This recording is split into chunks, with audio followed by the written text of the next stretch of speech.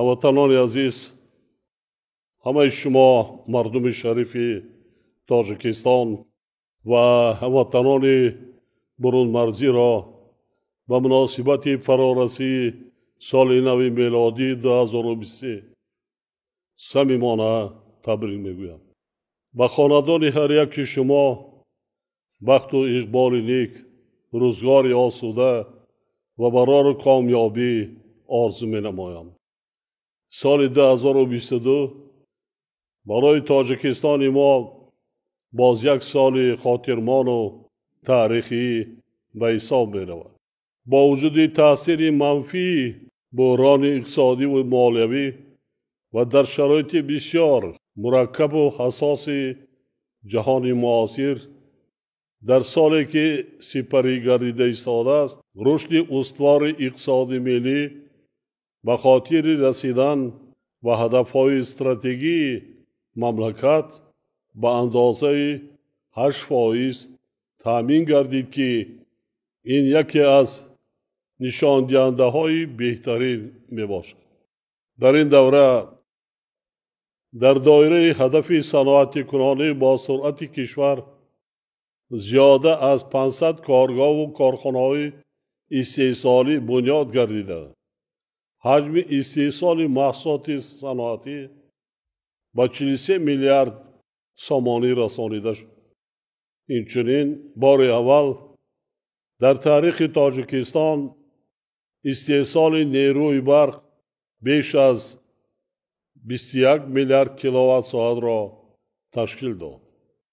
با مقصد حفظ امنیت آزقواری کشور و تامین نمودن فراوانی بازار استعماری، کشاورزان مملکت از امکانیت‌های موجوده بخصوص آب و زمین ثمرناک استفاده کرده استحصال محصولات کشاورزی را افزایش دادند و حجم آن را به زیاده از 48 میلیارد سامانی رسانیدند.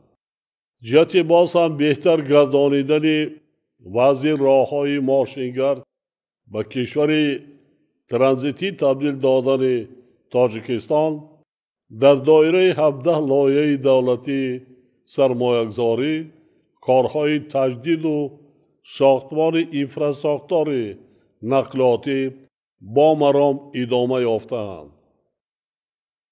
حکومت مملکت در دوام سال 2022 تمام سعی و تلاش خود را برای فراهم آوردن شرایط زندگی شایسته ساکنان کشور روانه ساخته، با استفاده از ذخیره و امکانیت‌های موجوده جهت حل مسائل اجتماعی، علم و معارف، فرهنگ و تندرستی جوانان و زنان و دستگیری طبقه‌های نیازمند و آسیب پذیر جامعه یک سلسله تدبیرها را عملی نمود.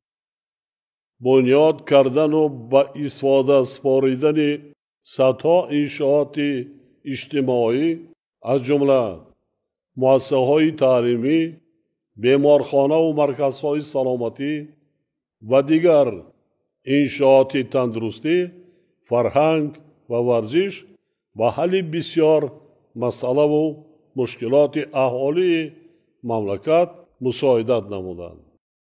میخواهم با قناعتمندی و افتخار ابراز نمایم که با زحمت صافدلانه مردم شریف تاجیکستان، صاحبکاران وطن دوست و شخصان سخاوت پیشه، در سالی که سپری شده ایستاده است 3100 انشاءات استحصالی و اجتماعی بنیاد کرده شدند که باعث باز هم آباد و زیبا گردیدن شهر و ناحیه‌ها و دهات مملکت، اینچنین با جای کاری تامین شدن 190,000 هموطنانمان و بالاروی سطح و صفت زندگی آنها گردیدند.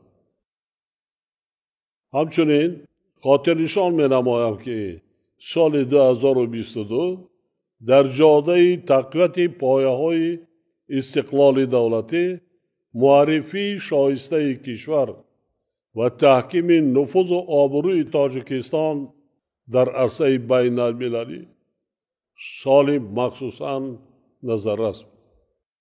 در این دوره از جانب جامعه جهانی دستگیری یافتن اقدام و تشبس‌های تاجیکستان نه تنها برای ما بلکه برای همه کشورهای منطقه و جهان اهمیت خاص پیدا کردند.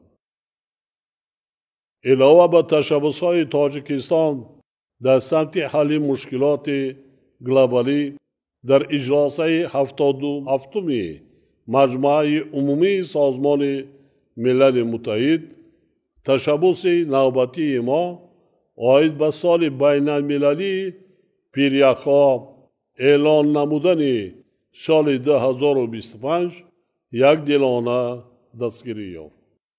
در اساس قطعنامه قبول گردیده اینچنین پیشنهادهای تاجیکستان دایر به اعلان نمودن 21 مارت همچون روز بین المللی حفظ پیریخا در نزد سازمان ملل متحد تأسیس دادن فاند مقصدناک بین المللی عاید به مسئله های حفظ پیریخا و وابسته به این موضوع در سال 2025 در شهر دوشنبه گذرانیدن کنفرانس سطح بلند سازمان ملل متحد قبول گردیدند. این رویداد مهم و تاریخی بی‌شبهه گواه اعتراف نقش ارزشمند و مقام شایسته تاجیکستان صاحب استقلال در بین کشورهای جهان میباشد. هموطنان عزیز، سال 2022 ما مردم تاجیکستان 30 سالگی اجلاس 16 شورای عالی را که نجات بخش استقلال دولتی می باشد با تنتنه تجلیل نمودیم. اهمیت و نقش تاریخی اجلاس 16 شورای عالی در سخنرانی رهبر دولت مفصل بیان کردید. حالا بار دیگر تاکید می نمایم که این رویداد بزرگ تاریخی نقطه آغاز برقرارسازی حاکمیت کنستیتوشنی، صلح و آرامی، ثبات سیاسی، وحدت ملی، بنیاد دولت صاحب استقلال تاجیکان و نائل گردیدن به دستاوردهای امروزه ما به حساب می رود. واقعا تمام دستاوردهایی که تا امروز دولت و مردم تاجیک با آنها مؤثر گردیدند ثمره استقلال و آزادی، صلح و آرامی و وحدت ملی می باشد. در این لحظه های ادانه می خواهم با افتخار و صمیمیت اظهار نمایم که رسیدن به چنین روزهای آرام و آسوده نتیجه عزم و تلاش های صادقانه مردم تاجیک و پشتیبانی آنها از سیاست پیش گرفته دولت و حکومت مملکت محسوب می یابد. اطمینان کامل دارم که مردم وطن دوست ما در سال 2023 اقدامات سازنده و آبادگرانه خود را برای پیشرفت دولت، آباد و زیبا گردانیدن سرزمین اجدادی و بهتر گردیدن شرایط زندگی هر یک خاندان مملکت باز هم تقویت و گسترش می باشد. جهان نارام و بحرانی امروزه هر فردی با ننگ و ناموس، وطن دوست و وطن پرست، همت بلند و سخاوت پیشه و کل مردم کشور را وادار می سازد که تمام سعی و تلاش خود را به خاطر حفظ استقلال و آزادی، رشد و ترقیات تاجیکستان صاحب استقلالمان و آبادی وطن محبوبمان سفربر سازند.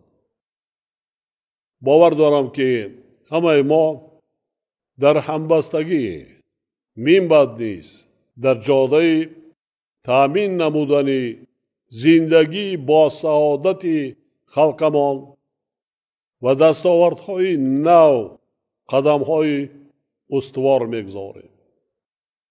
بار دیگر خرد و بزرگ مردم سربلند و قوی اراده کشور و هموطنان برون مرزیمان را با فرارسی سال نو میلادی 2023 صمیمانه تبریک گفته با هر یک شما تندرستی و خوشبختی، فیض و برکت زندگی و با تاجیکستان عزیزمان پیشرفت و آبادی باز هم بیشتر آرزو می نمایم.